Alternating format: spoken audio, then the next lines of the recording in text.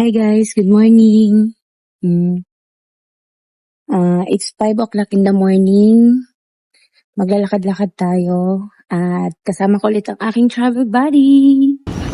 Sa mga nagtatanong kung sino yung kumukuha ng mga videos ko tsaka mga photos, ito lang po yun. Akala ko madilim pa ng alas 5, kaya late na ako bumangon. Maliwanag na pala ang alas 5 ngayon.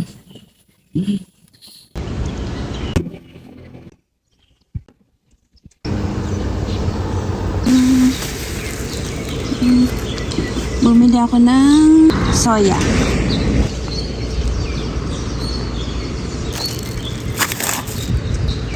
Out of service. Pipiliin natin yung Why? Bakit out of service silang lahat? Dapat yung mataas ang battery para malayo yung marating. Okay, 62%. Enough na siya para makarating ng seaside. And my easy card. Tap mo lang siya. Okay, 166 na lang yung laman ng aking easy card. Okay, pull.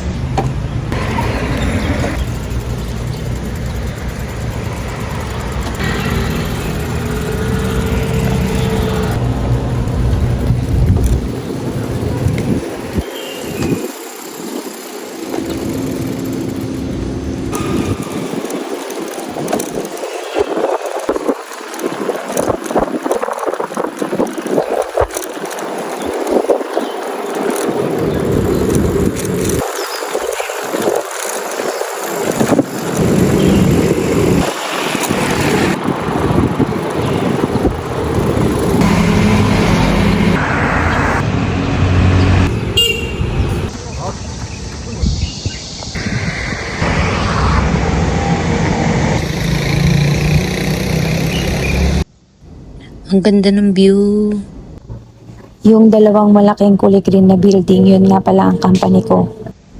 Kung gusto nyo ma-enjoy yung Taiwan, matuto kayong maging solo traveler.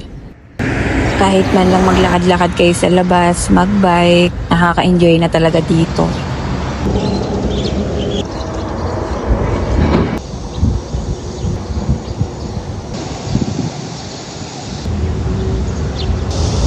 Dito nga pala ako napadpad sa may malapit na fishport.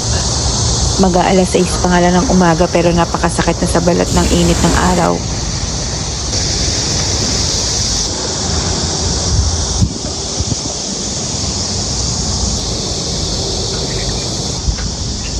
Ang sarap lang pakinggan ng hampas ng mga alon.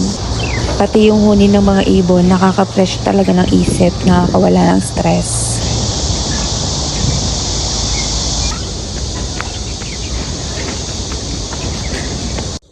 Dalawang phone yung gamit ko, isang iPhone XS Max at saka isang iPhone 13 Pro Max. Ganito lang talaga yung ginagawa ko pag lumalabas ako kasi kasama ko lang palagi yung tripod ko. Tapos siya, nagtitake ako ng picture, ng video. Mas mamamanage mo kasi yung oras mo pag mag-isa ka lang. Pag nasa abroad ka, mas masarap talaga mag-enjoy na mag-isa. Ayoko na rin kasi ma-attach sa ibang tao kasi grabe talaga ako mag-effort.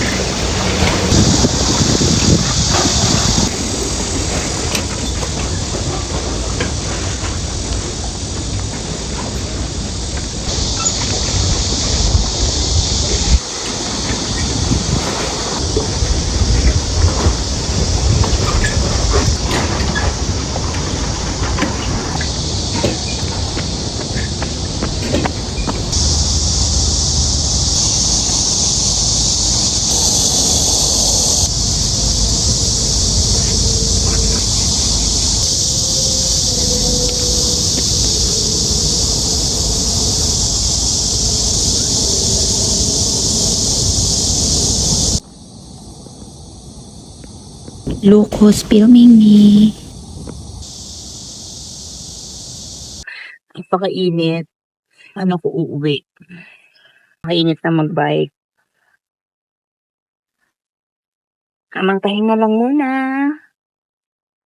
Mainit na magbike. Ay, paano kami uuwi?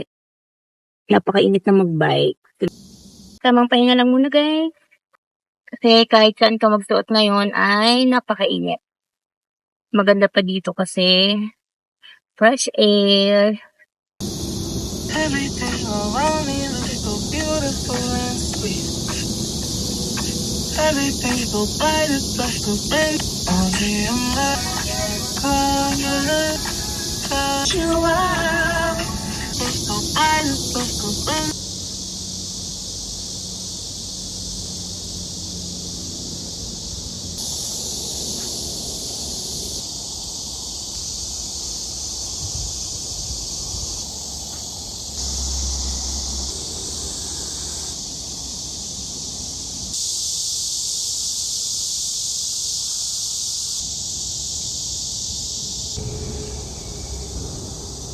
Sobrang ganda ng view.